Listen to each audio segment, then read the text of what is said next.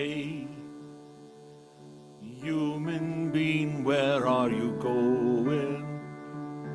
Is there any way of slowing down your restless pace? Since you got legs, you have been racing, running from something or chasing some demon away. So every day the same old thing.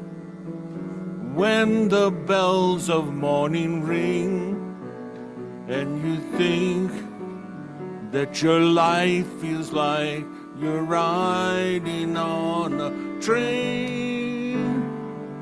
Happiness, a destination that you may only reach one day, but there is no way to happiness. Happiness is the way.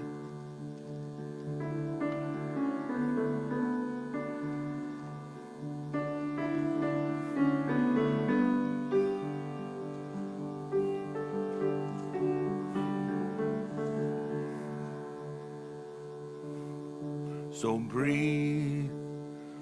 There is no place you need run to.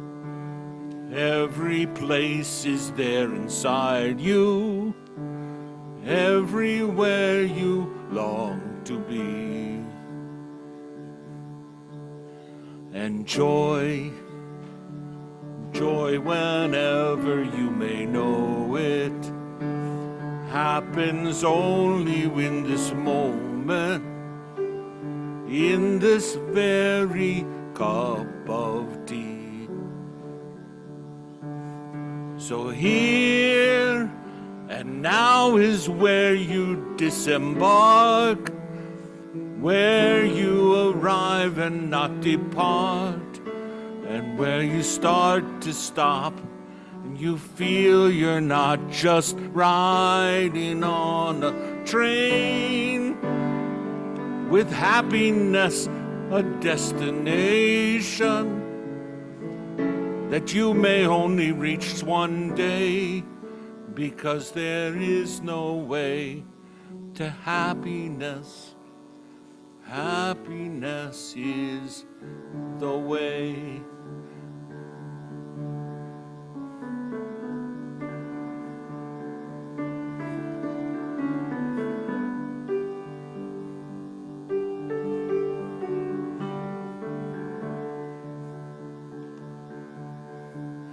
So here and now is where you disembark, where you arrive and not depart. Oh, where you start to stop and you feel you're not just riding on a train, with happiness a destination that you may only reach one day, because there is no way to happiness. Happiness is the way.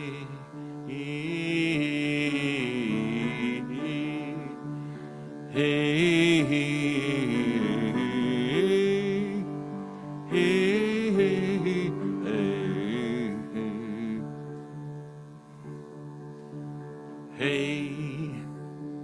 human being, where are you going?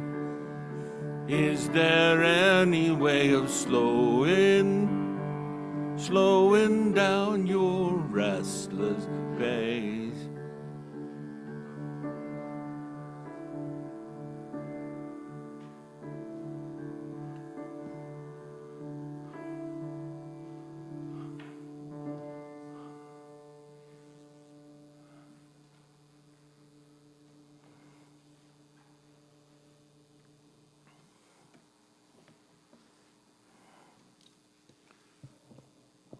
Good morning. Welcome to the Unitarian Universalist Church of Worcester, a congregation of love, hope, and justice, inspiring people to take on the challenges of a changing world. My name is Andrew Wilkin, and I am one of your worship associates this morning.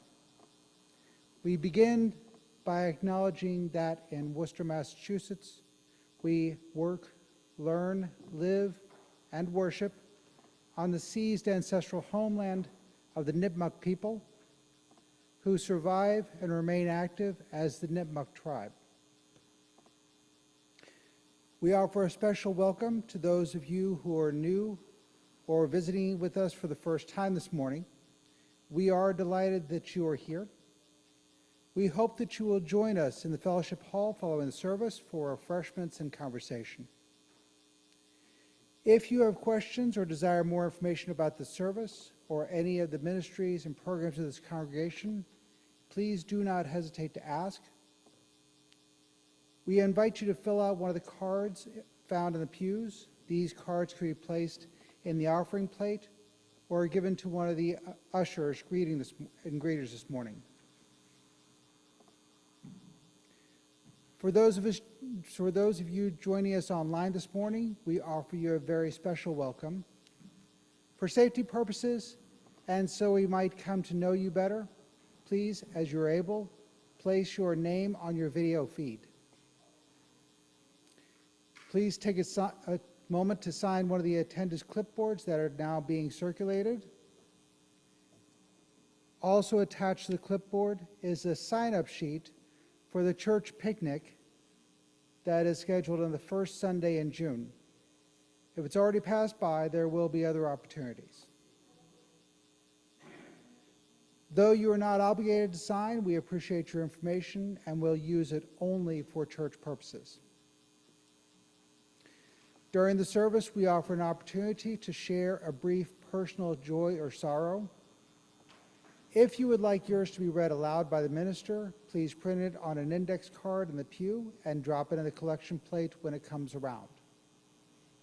These cards will also be posted outside the minister's office to be shared with other friends at other services.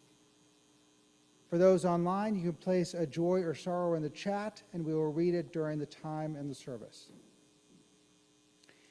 In the foyer, there are listening devices, large print service programs, and hymnals for those who may find their assistance beneficial.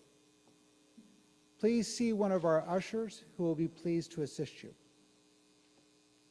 I invite you now to turn your technology to worship mode. And finally, please note in the announcements on the back of your program, there will be a time for short verbal announcements following the postlude.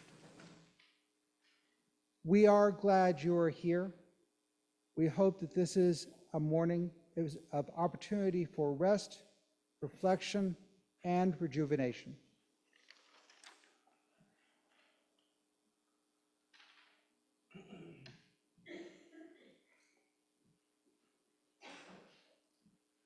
I also want to thank Andrew for hosting a reconstitution of the men's group yesterday at his house. More information to come about activities in next month and over the summer. And for those of you who are worried about a gathering of men, I can assure you his wife made the greatest chaperone ever. So we had a wonderful time. And apparently, many in our congregation are taking the opportunity today to enjoy the sunshine, and the rest of you who hate the sun have shown up at church, I understand.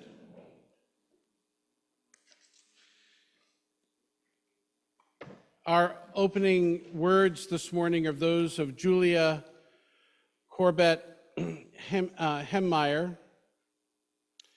We answer the call of love. In front of a crowd with signs, a woman raises her fist.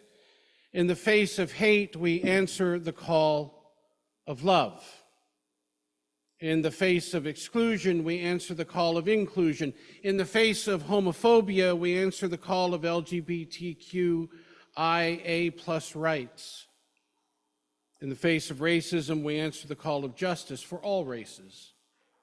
In the face of xenophobia, we answer the call of pluralism. In the face of misogyny, we answer the call of women's rights. In the face of demagoguery, we answer the call of reason. In the face of religious intolerance, we answer the call of diversity. In the face of narrow nationalism, we answer the call of global community. In the face of bigotry, we answer the call of open-mindedness. In the face of despair, we answer the call of hope. As Unitarian Universalists, we answer the call of love, now, more than ever. Would you please join together in our opening hymn found in your gray hymnals, number 170. And please rise in body or in spirit.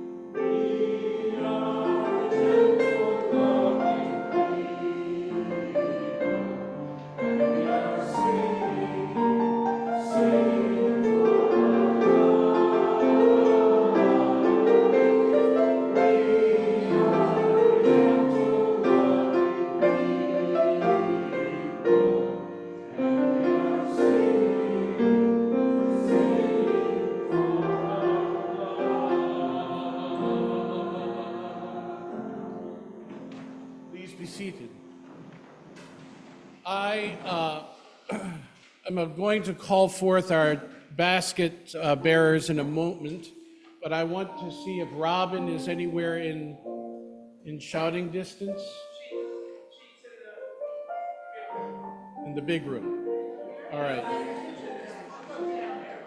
So while we get Robin, let me just simply say to you that Our basket bearers are coming forward now. This is their weekly opportunity to contribute to the ongoing ministry of the emergency fund of the congregation. If you had change today that you would like to contribute for this Change for Change effort, please raise your hand and someone will find you very quickly.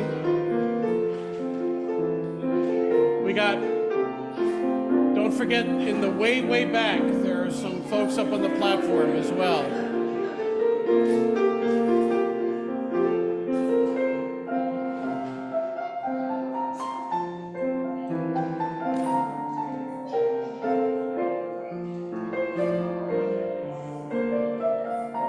Shall I talk now? Hold on just a second. You can bring your baskets up forward. I want to, since Robin is going to be taking our little ones out, I wanted her to have a moment with the congregation to talk with you about today's 50/50 collection, which is for the Creative Hub. Hi, everybody. I'm involved with an organization called Judy's Jubilee, and it's under the umbrella of the Creative Hub in Worcester. It's an after-school art program for at-risk kids located on Main South in Worcester.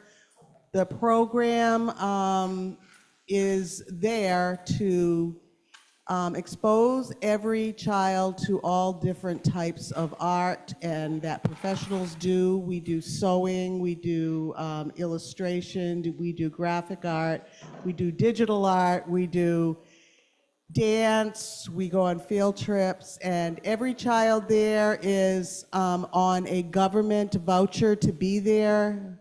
Some of the children come from shelter, some come from foster care, most come from families that are single parents and struggling. So I can't say enough about this program and what it does for these kids, just to feel the freedom of art expression and being cared for and being loved. So that's our 50/50 today. They are the kids that you all did the Christmas shoe boxes for, and they are also our youth group did a snack drive for them, because a lot of these kids come in from school hungry and have no snack after school. Oh, we also do homework with them, which is really important because sometimes they don't get that space to do it at home. So thank you.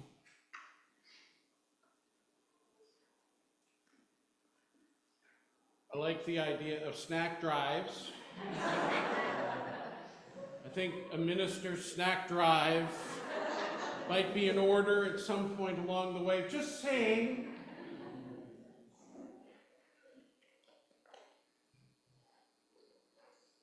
I was 13, 14 years old in Lancaster, Pennsylvania, where my father was the minister of the Unitarian Universalist Church in Lancaster. And we picked up the morning newspaper. There were two newspapers, a morning and an evening newspaper.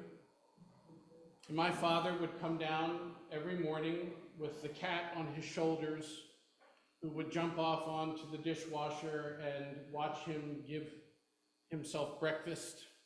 Watch my father give him breakfast. If he liked the pace of my father that morning, he might actually jump down on the floor to eat. Most times my father had to deal with a cat who turned his back on him for some transgression and put his food up on the dishwasher. At which point my father would sit in the kitchen with a cup of coffee, and he would open the newspaper, and on a particular morning, the top of the fold, huge photograph was of a older man in a dark suit dragging a cross up and down the sidewalk in front of my father's church, and the huge headline read, "The Unitarian Church is gay." It read that because my father had dared to invite the Metropolitan Community Church in Lancaster to meet at the Unitarian Universalist Church on a weekly basis in the basement of the church, so that they could hold their own worship experience, so they could have a safe environment. And my father contended with the backlash from the community for quite a while. As a adolescent, it was my first lesson in justice. And I went to school and I dealt with my peers, many of them who questioned why it is that the newspaper had reported this, and I would tell them, but I was a pretty large fellow, and so I didn't get picked on all that much. And yet I worried about my dad, because my father was one of the first in his community to do what were called services of union. They were services that were religious in nature and provided to same-sex couples who could not get legally married, but who wanted to have a ritual that honored their commitment to each other. And I was so proud of my father. And then one day, I went to church, and I was looking for my dad, and he wasn't in his office, and he wasn't upstairs in the RE space of the church, and he wasn't in the sanctuary. So I went to the basement of the church, and I walked into the fellowship hall, and the MCC church was meeting, and there were lots of same-sex couples that were there that had their arms around each other, and they were holding hands, and they were having a person was preaching, and he stopped when he saw me, came into the room, and he very kindly asked if I was there to be with them, or if I was looking for someone. I said, I'm looking for my dad. He's the minister. Oh, he's over in the other hall. So I went over to find him, and my father said, where were you? I said, I had gone over to the fellowship hall to look for you. And my father, who had been my hero in this effort in justice, absolutely froze, turned white, turned to me and said, they didn't do anything to you, did they? And I realized just how complicated it was to be courageous on the one hand and yet deal with the internalized homophobia that was so much a part of my father's generation. And it taught me a huge lesson about what it means to continue to struggle, to represent something profoundly important in the community, and to still have to work hard to represent that same justice internally. I mean, it was one thing for him to give space to the MCC church. It was a whole other thing for his children to be exposed. And he was clearly not ready. Now, he was far more traumatized than I was. I looked at him and said, you have to be out of your mind, right? And he relaxed immediately, and that was the end of it in terms of that engagement. But I remembered that very clearly going into my own ministry. To be careful to check myself as I did things. Fast forward to my first congregation in Marietta, Ohio. I arrived there in mid-October in the year 1991, which was a lifetime ago. And I drove from my home to the church, and I pulled up in front of the church, and there were two young women sitting on the steps. My first time to my office. And I got out of the car, and they stood up, and they looked at me, and they said, are you the new minister? I said, yes. Introduced myself, they introduced themselves, and they said, we want to know if you would do our union service. My very first act as a minister in this part of Appalachia where there was no other Unitarian church for 100 miles in 3 directions, 50 miles in the 4th, and a population in Worcester, in rural Appalachia of gay and lesbian people that was akin to San Francisco, but the most closeted community in the region. Many of them in heterosexual marriages in order to feel like they could be protected from the onslaught of bigotry. The next day when I arrived at the church, there was a letter that had been delivered, or had been put in the mailbox, just said pastor, and I opened it, and it was a flyer from the local KKK chapter who was marching in Parkersburg, West Virginia, next door to Marietta, because they didn't want any flag-waving, AIDS-carrying fags in their community. And I thought to myself, welcome to ministry. So my first public act as a minister was to be with other colleagues in Parkersburg, West Virginia, where we held a rally on the same day as the Klan was rallying at the City Hall, and pulled all of the media attention away from that rally, and almost everyone else in the community that went to be with us. And guess who got the larger in-print reporting on that day? And I realized that Southern Ohio wasn't as backward as I had been led to believe. Another thing that I needed to check myself on, to just assume that people, because of where they live, are a certain way. 8 years later, I arrived in Worcester, Massachusetts, the summer of '99. And in 2000, Vermont, right, decides that through a legislative effort that they're going to legalize same-sex unions. It was controversial, to say the least, in 2000. The effort garnered both a great deal of support and a great deal of consternation. It was, for many people, a moment of separate but equal. And what they wanted was equality. And to hear those who were on the ground in 2000 tell the story of what it was like to sit through 12 hours of debate in the Vermont House, and then to have a vote that actually certified the legalization of same-sex unions, for many felt like they had held their breath and then breathed out for the first time, if not in 12 hours, in years. Later on that year, that was in April of 2000, 25 years ago.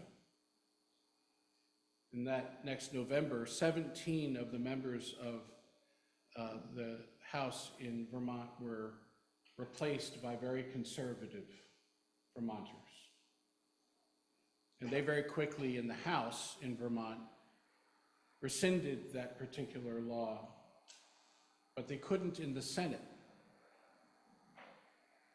3 years later, we passed a similar thing here, but how many of you were here in 2001, 2002, 2003?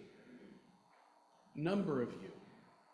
So you all remember what it was like during those first days. I was new, right? We had just gone through 9/11, right? Country is reeling.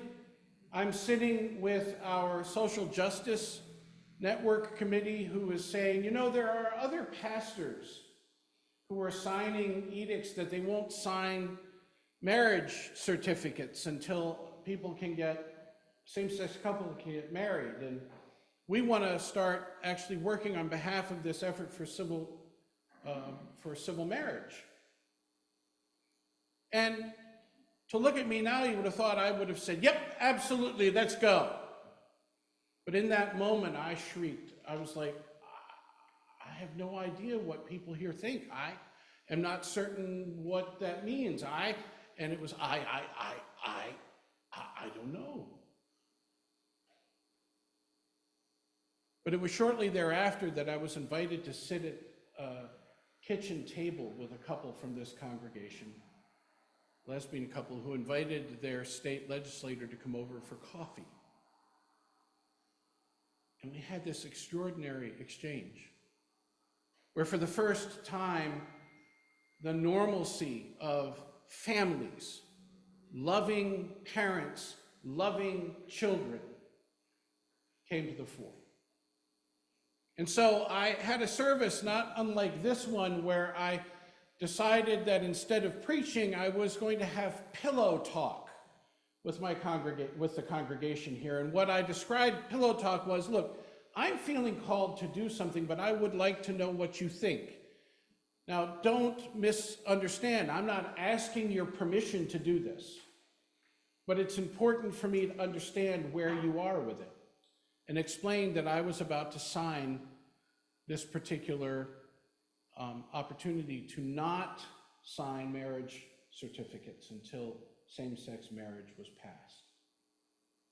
People had all kinds of reasonable and straightforward questions. Are you still going to do weddings? Yes. I'm just not going to sign the marriage license. I'm not going to be the agent of a state that continues to discriminate, right? And there were a number of people, especially gay and lesbian couples, who were concerned that I was actually giving up a privilege. And they were concerned that I think about not giving up a privilege. They were fighting for a particular right. They didn't want me to give up something. And I said, no, I said, just not going to do it until we can. And I had a friend in Worcester who was a justice of the peace who agreed to come in at the end of a wedding and sign a wedding license. You know, in many ways, in many cases, I just paid for her to do that. That was my ministry. And then we had a robust effort here to continue to lobby for this change. And between 2001 and 2003, this congregation dug in. And what began as a kind of a conversation where people were kind of like, okay, you do that, we'll see, within a couple of years became a congregation who said, you know, I said to my friend, my minister is not signing marriage licenses. And he said, well, I don't know if my minister is. He says, well, you've got to get a different minister. You know, so it all of a sudden became a point of pride to be involved in this kind of effort. Of course, one of the folks here, David Bono, who has got a huge sense of humor, said, I think Aaron just wants to do this because he wants to marry his mother. And what he meant by that was this was the other part of my formation. My father died in August of 1994. And in the spring of 1998, when Kristen was pregnant with our firstborn, my mother called me and said, I want you to know that I am in love with Nancy and that we're moving in together. And I said, how wonderful, Mother. And she said, but what do you think the baby is going to think about having 3 grandmothers? I said, blessed? I said, we're not the only family that has 3 grandmothers, right? There are all kinds of families that have multiple sets of grandparents for one reason or another. You're just gonna have to, you know, share.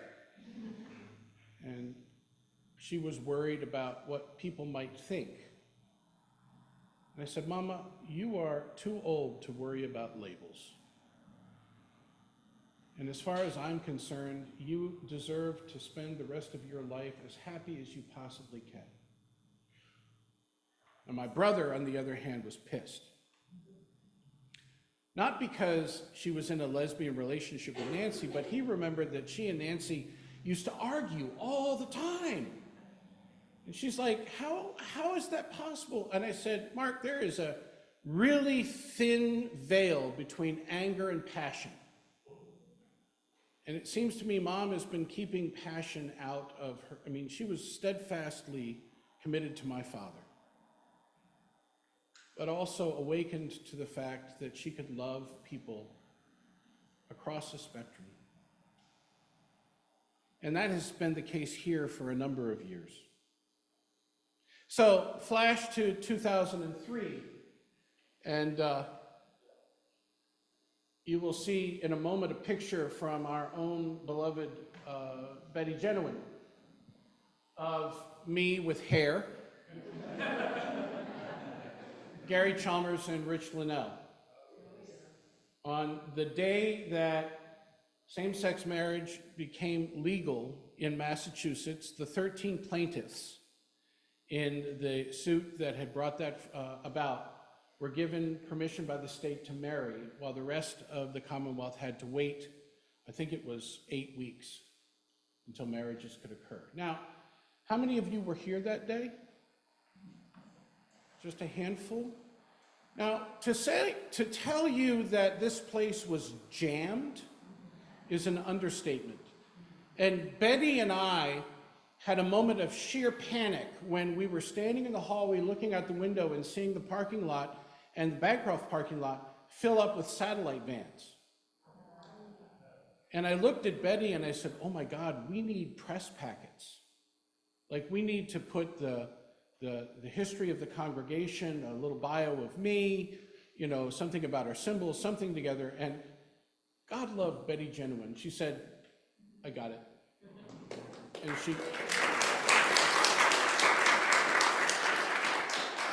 squirreled away in the office, and about a half hour later came out with like 50 packets, and then proceeded to go out into the lounge where we had put all the press, except for this ring of cameras that was up here, and start handing things out. And it was my first lesson here in letting go. It's like, yeah, I can just let the expert handle that. I'm not even going near it. But this picture, the moment that I got to stand up here and say for the very first time, by the power vested in me by the congregation of the Unitarian Universalist Church of Worcester and the Commonwealth of Massachusetts, I pronounce you married. This place went friggin' nuts. You could hear it across the lake. And the group that had worked so hard here to make that happen celebrated with Gary and Rich and so many other couples that day. We were down at Mechanics Hall for their reception, and it was jammed there too. And we thought we were done. We thought we had achieved what needed to be achieved, and over the course of a few years, the LGBTQ Welcoming Congregation Committee here began to wane, not out of any sense of dissatisfaction, but because people felt called to serve in the RE Committee and the Pastoral Care Committee and other work within the church.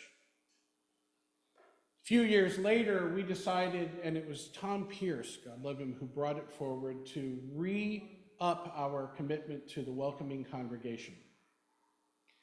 And we took on the issue of transgender, which had not really been something that had been talked about much when we were initially certified as a welcoming congregation back in the 90s. So we took it up. We had a series of half a dozen or a dozen workshops, met with committees, started looking at our paperwork, and recertified as a welcoming congregation at that time. And we thought we were done. Fast forward to today. 23 years after same-sex marriage was made legal in Massachusetts, and 25 years after Vermont paved the way.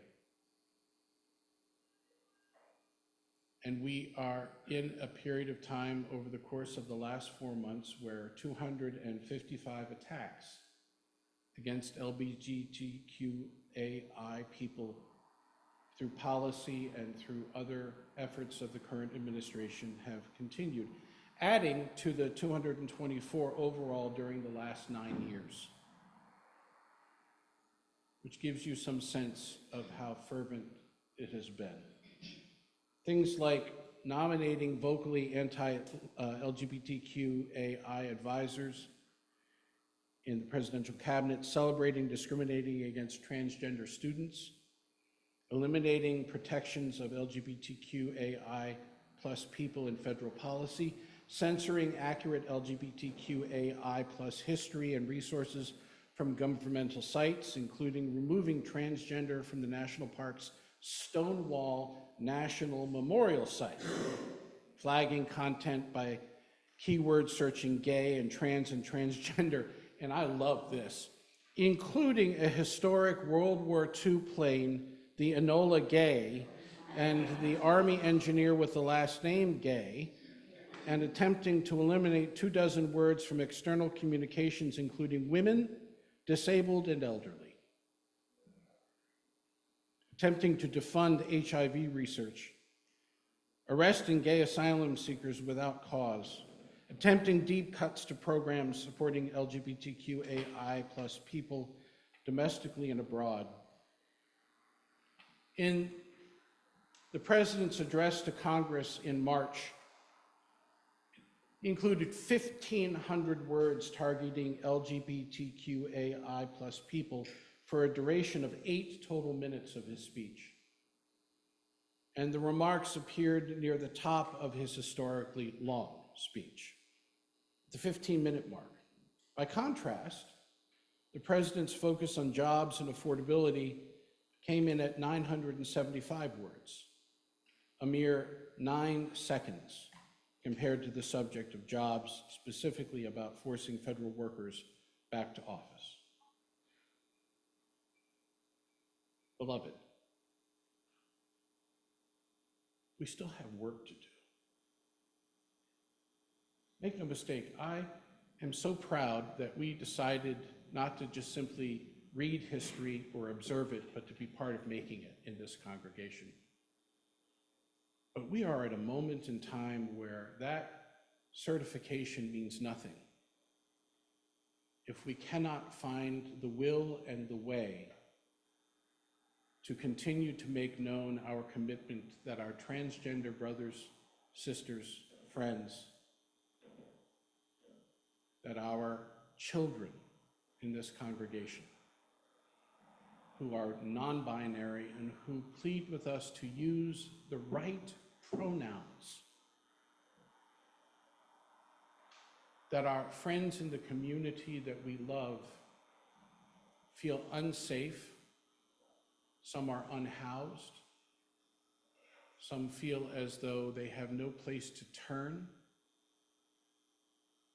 Until we are able to commit ourselves once again to making certain that those who continue to be so marginalized in our communities find a home here, or find a home in our communities where we can surround and support them, our work is not done.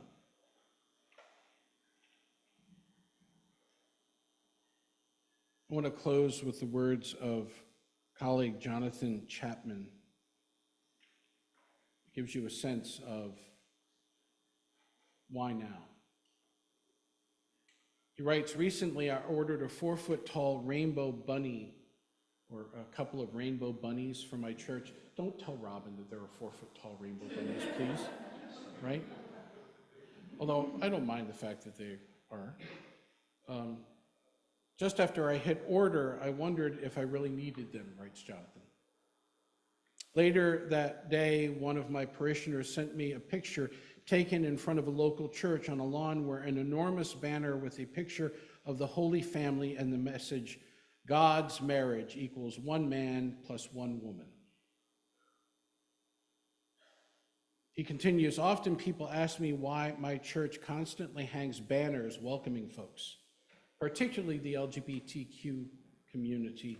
They wonder why we're always lugging out our rainbows. This is why.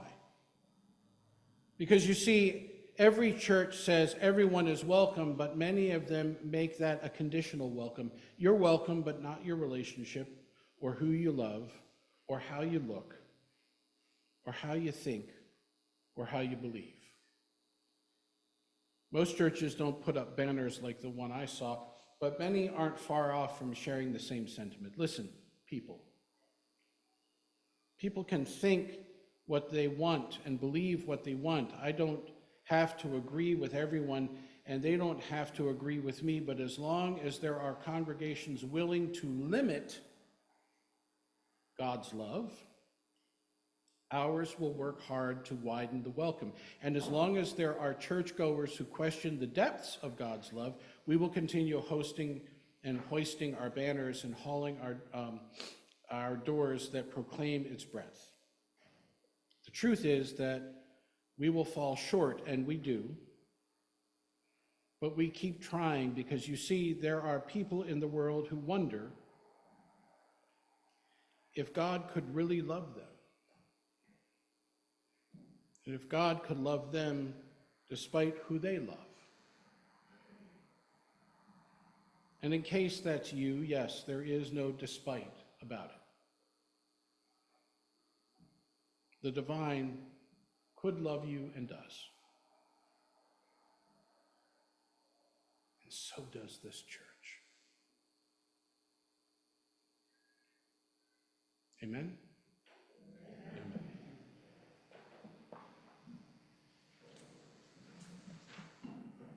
Would you please... So, I'm going to go back to the fact that it's a 50-50 collection Sunday for the Creative Hub. Let's rewind ourselves to reflection when Robin was up here. The way that we do 50-50 collections in this congregation is we invite you to participate in our offertory, which is our ongoing effort to support the mission and ministries of this congregation. If what you're putting in the plate is to be counted toward your pledge to the church, please mark it so. Anything that is not marked for pledge will be split between the congregation and the Creative Hub of Worcester. Each month, we try to pick a effort in our local community, a nonprofit effort that we can support that extends the mission of this congregation and all that it does as well. And in this month, it is the Creative Hub of Worcester. So I will invite you to be as generous as possible. Reach into the pocket of the people sitting in front of you, pull out their checkbook, write that check you've always wanted to write, whatever you would like to do. And on this day, we honor both this congregation, but more importantly, the work for our most vulnerable children at Worcester's Creative Hub. What about online contributions? Online contributions. For those of you who are online, or for those of you who are here and don't know what a check is, and you know who you are, pick up your phone, dial 508-231-5335, follow the instructions on the screen, and that money will also be counted toward this 50-50. This time our morning offering will be received.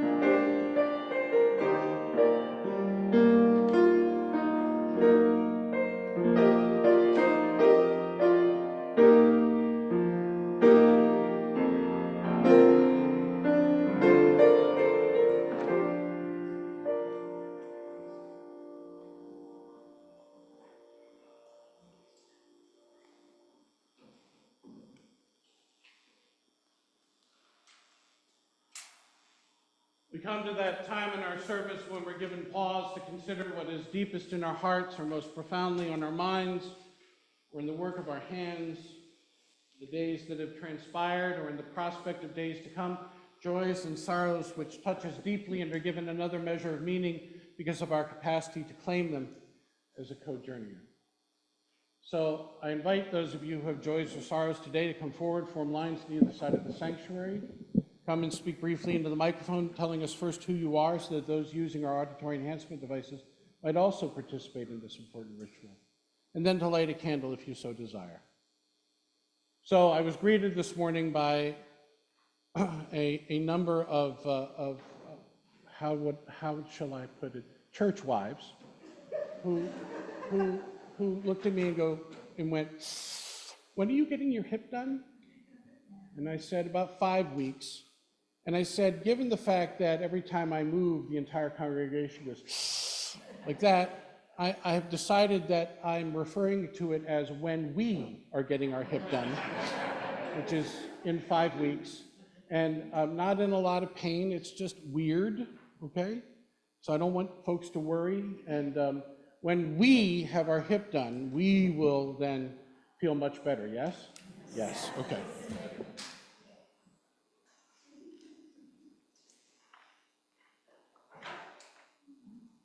Hello, I'm Shirley Trait. First, I would like to thank Aaron for that sermon as a mother of a transgender man. It really resonated with me. But actually, I wanted to relate kind of a joy and a concern. As I was driving in from Shrewsbury this morning, I was on Main Street near Old Mill Road, the turn there, a little bit east of St. John's School, and I couldn't figure out why people were stopped. And then I saw, and I did look it up during the sermon, not during the sermon, actually. It's all right. Whatever. Anyway. You already outed yourself. Go ahead. Okay. A snapping turtle that was, I swear, that big. And it was crossing the road. And people were, I said, why are the cars stopped? And I saw this, and it's making it slow away. And I go, oh my God. I said a prayer, and that's the joy was this huge animal crossing the street. And the concern is that I hope it made it all the way. And I made a prayer to that effect. Thank you. Now, mind you, snapping turtles are not all that slow, right? They can move at the speed of sound, but at that point and at that size, you know that thing's crossing the road going, go ahead. Make my day.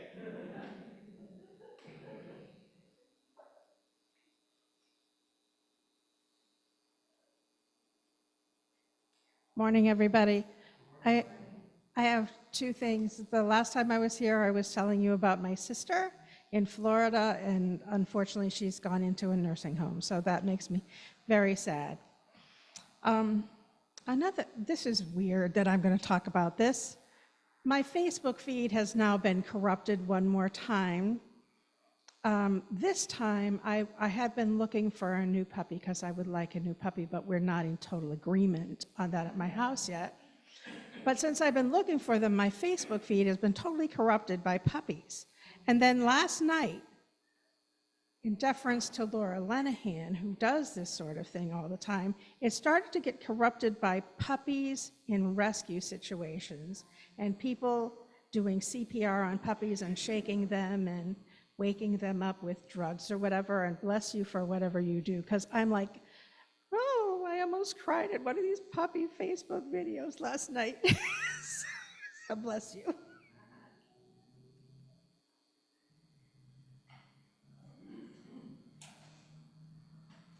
Good morning, I'm Mary, and I remember Gary well, and as you were talking, I was remembering I was on the board when Gary was on the board, and I'm remembering the phone call I got from Gary when he was explaining that he was going to be part of this lawsuit, and my reaction was, oh, cool. Anyway, but it also reminded me of a young man that I met probably pushing 10 years ago now. At that point, his name was Brenna. And we skated together, and we were skating warm-ups. This young person started to disclose their gender confusion issues and everything. And first that I was blessed that felt safe enough to talk to me about it, and over the years did a lot, and showed up at my house and talked about Buddhism with my late husband and things like that. Well, he graduated from Fitchburg State yesterday, and I am so happy, and also very happy that he had a very supportive mom through this process. His mom's a lovely woman. But, so I'm very, very happy that Deacon graduated yesterday. And by the way, is going to be getting married.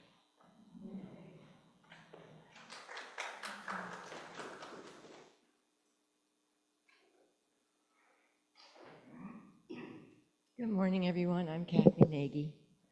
And I have lived through what Aaron was talking about in his sermon this morning. I was married to a man for a better part of 20 years, had 3 fabulous kids, and realized it wasn't going to go any further. It was just not, we were just like this all the time. So we divorced, and my daughter introduced me to her theater teacher, and she said, "Mom, you're really going to like her." And I really liked her. Surprised me more than it surprised anyone else. But we were together for a few years, and let's see, probably for almost 10 years before it became possible for us to get married here in Massachusetts. And so we did that in our backyard, and we had a very supportive family, a very supportive group of friends, which was helpful. But she died of cancer 14 years ago. I took care of her for 10 years, so probably half of our time together, she was pretty sick.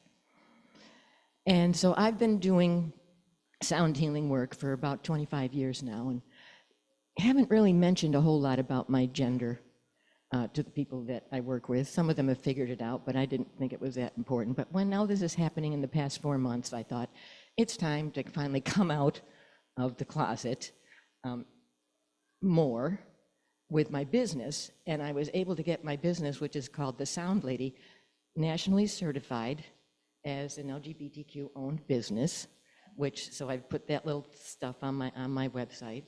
But the other thing that I'm doing, which is branching off from the handbell choir here, I own about 4 octaves of hand chimes myself, and so I'm going to start in Central Massachusetts an LGBTQ healing hand chime ensemble.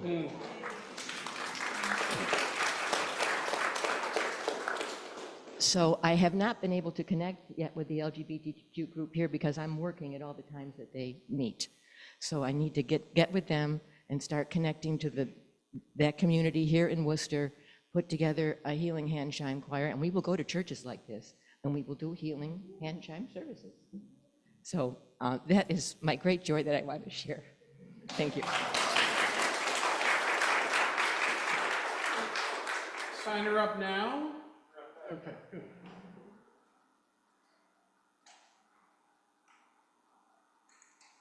Hi, my name is Wes Sheplik, and I want to also thank Aaron for his reflection. It really spoke to me this morning. I'm the proud father of a gay daughter, and when my daughter came out to me, I of course was fine with it, and told her I wanted her to be happy. Most important thing, be happy in your life. But in the back, afterwards, I was scared to death because of the world out there. I know how cruel they are. My daughter comforted me and said, "Dad, it's not like that anymore." Now we have administration that, I don't know, it kind of is like that again. And so this reflection today really spoke to me simply because I wasn't telling friends my daughter was gay. My good friend who I went to college with, I went to Houghton College, which is a Christian college, told me his sister came out as gay. And then he went into his Bible and telling her how bad it was and she's going to hell and so forth. And I said, "David, my daughter's gay." First time I was able to do that. And I said, I don't believe that at all. But also, hearing this today makes me want to get off the pew and get involved. Since Trump has been president, I don't listen to the news, I don't get involved, and my escape is I'm just turning away from it. I don't want to hear it. That's not going to help, so I just need some help getting off my bum. Thank you.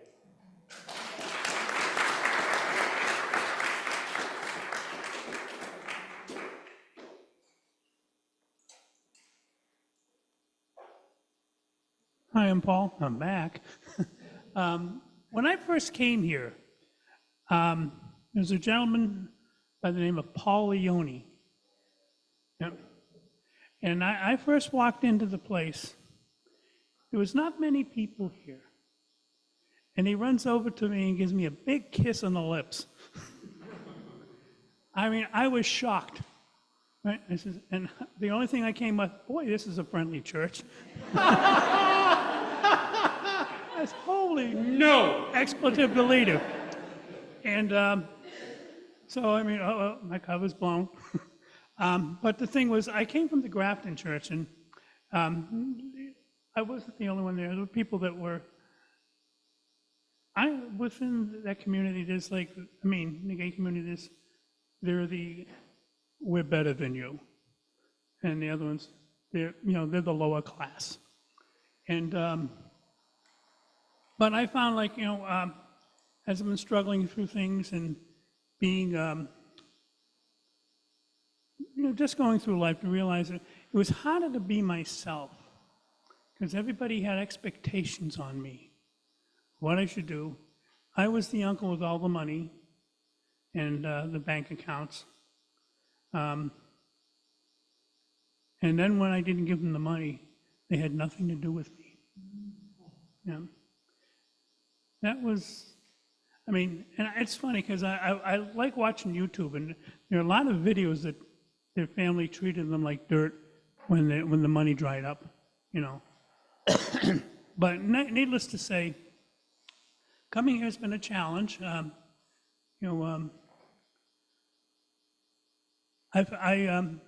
have a pool in my backyard, and I'm gonna open it up again and probably have some summer cookouts. Yeah. And have the pool parties that I had, okay? Just pay no attention to the green water.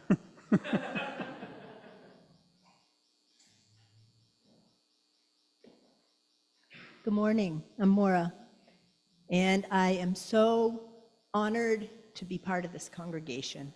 I grew up with a gay brother. I have a lovely sister, and I have so much in my heart I wanted to stand up here and say. I'm just going to say, as the mother of a trans child and the youngest sister of a wonderful family growing up, a supportive, loving family, I really miss my brother who died 30 years ago, a couple weeks ago, of AIDS. And life is this challenge we share, and I'm so glad to be here.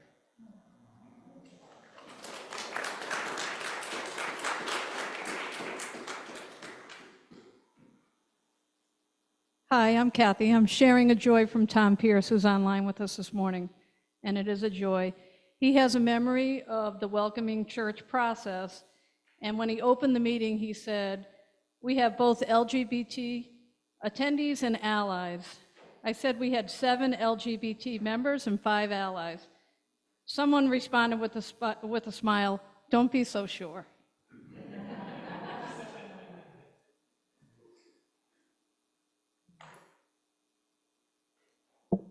I'm Cece Cardoza, wife of Molly. We have a joy. We'll be celebrating our 1-year anniversary on the 25th. We're just happy.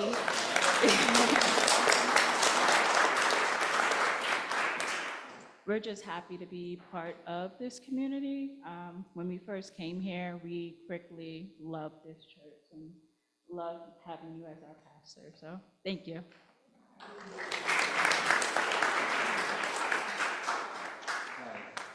A few things have been floating through my mind related to all this. And first I want to say, I love Hollinger and I love this congregation, gay and straight, and it's partly because this congregation loves me whether I deserve it or not. And I was here for that wonderful service, and actually Jude and I had been postponing our marriage partly to honor him, but that was more my decision than hers. And then we got married about 10 years later. And around that time, some other things were going on. I found out that a formerly male friend who had been in each other's wedding parties went trans, and it was an adjustment, and a mutual friend has helped me deal with it, which is a good thing. And also around that same time, in a different track, I was coming back from, I think it was an MIT reunion on the train, and there was also a gay pride event and a baseball game. So maybe you can imagine what happened. There were these two young gay women who were singing these really raunchy songs in front of these little boys. And, you know, there was some disagreement, but it wasn't too bad. And that just shows how protected we are in this part of the country. You know, I mean, that wouldn't have happened the same way in some other places. And also, my wife has since joined the Love the Sinner, Hate the Sin crowd. And I just want to explain, from being around a lot of more conservative churches, that is the main feeling. I think there are very few people who are more to the right, more hateful than that. Most of them are like that. And the last thing was this morning, I was reading in the New York Times email, an interview with a fifth-generation journalist who was the publisher of that paper. And besides the challenges he made to Trump, which few journalists in his position have been doing, I mean, most have not been doing that, he also challenged the extremists in both parties, particularly their media, and, you know, how they're overstating how evil the other side and how large the evil crowd in the other side is. And that is a problem, and I'm fighting that too, as well as I'm fighting for the causes this church believes in. Thank you.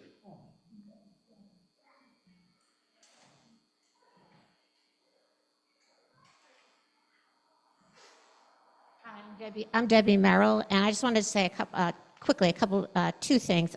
One is my nephew is gay, and when he first came out 20 years ago, my brother at first had a very hard time accepting it. His first reaction was, I'm not sure I can accept that. And it took about 2 years for him to slowly come around and actually become a champion of my nephew's rights. So if you have a family member who at first isn't responding the way you would like them to, just give them a little bit of time. And the other thing is, I teach at Clark University, and it's a very progressive, well, I think it's a very progressive school, and our first year class, over half identify as LGBTQIA. And so when I sometimes hear, like I remember Jesse saying a couple weeks ago, to be sure and ask someone their pronouns, for me, I mean, I thought, of course you ask somebody their pronouns. I mean, that's just rude not to. And so it's kind of surprising to me to hear some of these things. But at the same time, even though it's normative to be either trans or gay or lesbian, it's also, students still tell me that it's hard for them to feel like they fit in.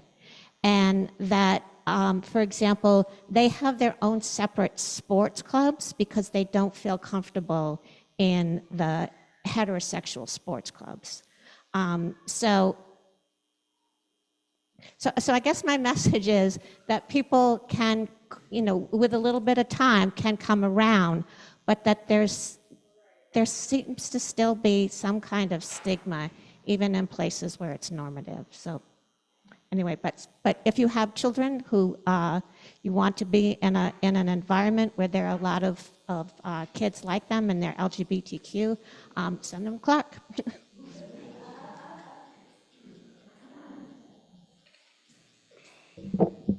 You know, Kim's remark about people, you know, love the sinner, hate the sin, reminds me that, you know, I think one of the powerful messages of our movement has been that homosexuality is not a sin, homophobia is, right?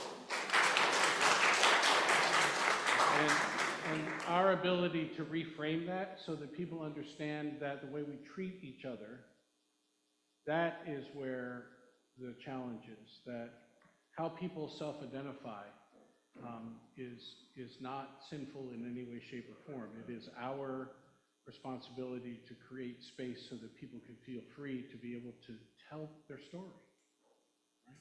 Without feeling as though they've got to hold things back. Let's be in the spirit of prayer.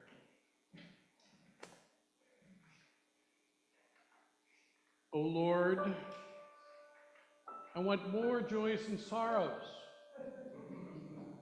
It says something to me about when we unlock something deep inside us, when all this bubbles up. The memory of our beloved children and our siblings and our parents and our partners. Help us be mindful of the love that flows between all of these precious people in our lives. Help us be mindful of the privilege to be able to speak our truth and the right that we have to do so. Help us find our voice, but more importantly, help us continue to discover the depth of our empathy and our compassion. In this often bruised and hurting world, might we have ears to hear and eyes to see, voices to declare and bodies to march and stand and witness. We who have celebrated a history of things accomplished are also the generation that continues to walk forward into an unknown future, one that we know we can create. Help us, O Spirit, to do just that. Amen. Sit.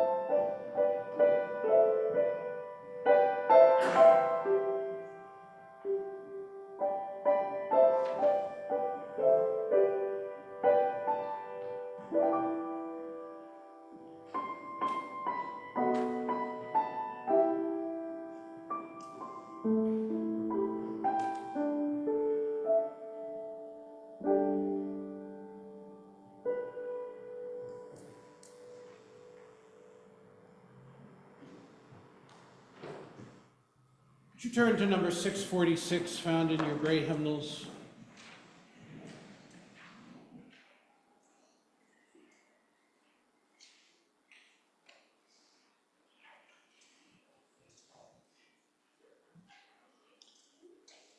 The words of the poet Wendell Berry, we clasp hands with those that have gone before us.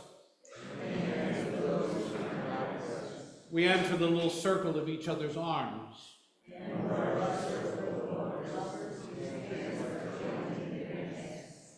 In the larger circle of all creatures.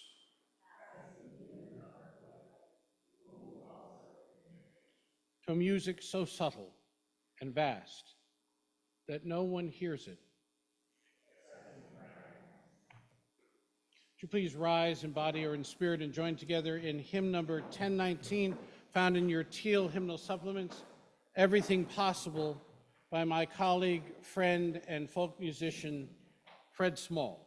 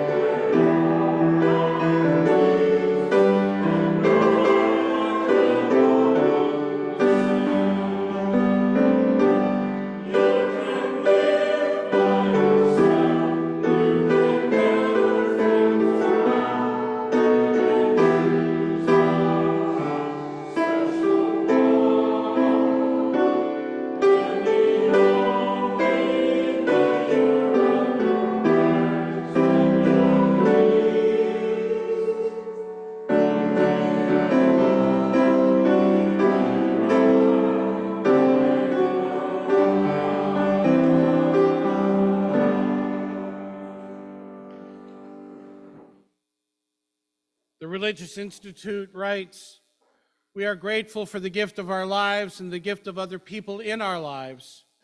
Each of us is created with dignity and worth. We are called to love one another and to do nothing to others that we find hateful to ourselves. We honor the many ways that people live and love. Our common life is enriched when queer, transgender, bisexual, lesbian, and gay people can come out, sharing the gifts of their sexual orientation and gender identity. True justice flourishes when all people can live and flourish.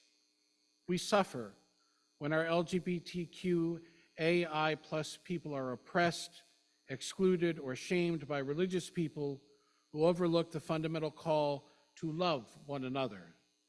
Love does not exclude. We are all worthy. May we work to build a world where all people are celebrated and loved. We celebrate sexual and gender diversity as a blessing that enriches us all. Amen. And blessed be.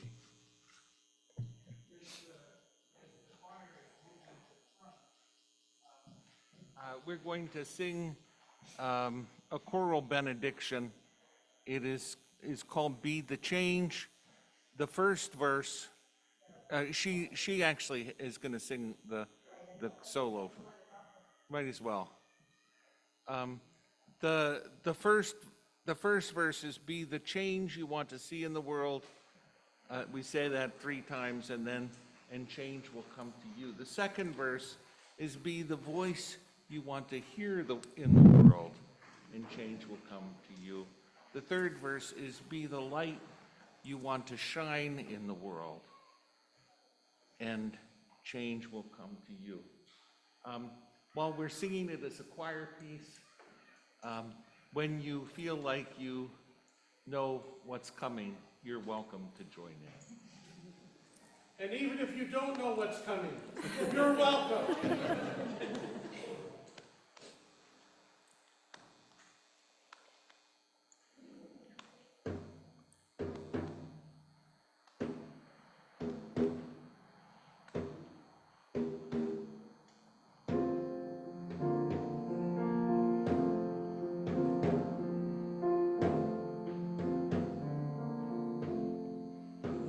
Be the change you want to see in the world. Be the change you want to see in the world. Be the change you want to see in the world. And change will come to you. Be the change you want to see in the world. Be the change you want to see in the world. Be the change you want to see in the world. And change will come to you. Be the voice you want to hear in the world. Be the voice you want to hear in the world. Be the voice you want to hear in the world. And change will come to you. Be the light. Be the light you want to see in the world. Be the light you want to shine in the world. Be the light you want to shine in the world. And change will come to you. Be the light again. Be the light you want to shine in the world. Be the light you want to shine in the world. Be the light you want to shine in the world. And change will come to you. Be the change. Be the change you want to see in the world. Be the change you want to see in the world. Be the change you want to see in the world. And change will come to you. And change will come to you. And change will come to you.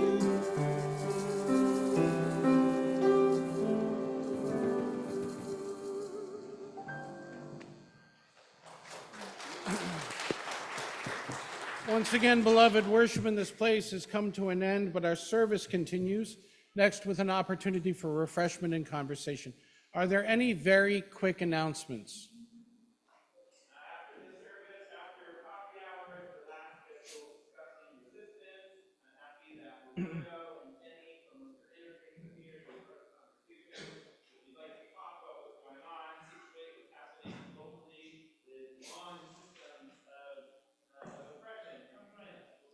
My friend Roberto Diaz and Jenny are both here.